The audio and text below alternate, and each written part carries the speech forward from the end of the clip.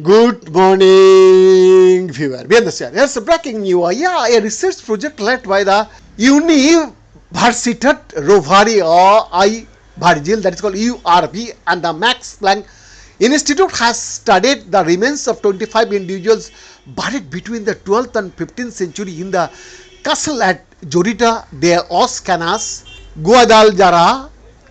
After exhuming the remains from the castle cemetery, the research team has also was able to determine the diet, lifestyle, and causes of death of the warrior monks who were members of the Order of Calatrava.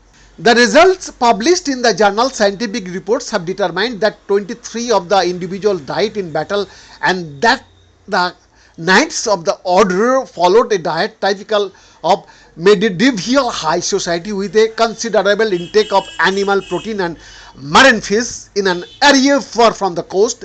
Unexpectedly, a researcher at the URB identified the remains of a woman among the warrior monks. Situated on one of the trunks in the Tagus River as it flows through the province of Guadalajar, the remains of the castle of Jorita de los Canas are still standing on the same hill where Amir Muhammad I of Cordova ordered it to be built in 852. The fortress, built to defend the emirate from Christians' attack, changed hands twice until it was definitively conquered by the knights of the Order of the Temple in 1124 AD. 50 years later, Alfonso VIII of Castle ceded the fortress to the recently founded Order of Calatrava, a Cistercian military and religious order were tasked with defending the border at the time delimited by the Tagas from Almohad incursion.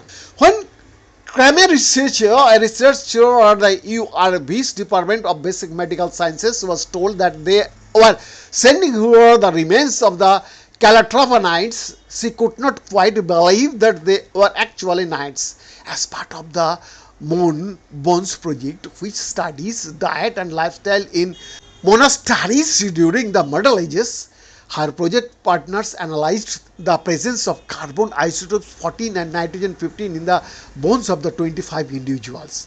They also studied animal remains found around the castle, which complemented the information provided by the isotopes and helped to work out the habits of the people who lived in the castle between the 12th and 15th centuries. Once she got the remains in the laboratory, researchers studied them to determine the age, sex, morphology and health of the individuals and to determine their lifestyles and causes of death. Of the 25 skeletons studied, 23 showed marks compatible with violent death. These were mainly penetrating puncture wounds and blunt force injuries and were found on the parts of the body that were most vulnerable to the unprotected from the weapons of the time. We observed many lessons on the upper part of the skull, the cheeks and the inner part of the pelvis, which is consistent with the hypothesis that we are dealing with warriors, explains research. It was by studying the bone proportion that she realized that among the warriors they were all men. Typically, the skeletons of men and women have specific characteristics that differentiate them. The morphology of the facial bones and the pelvis are the most obvious examples, explains research. Being this exclusive report.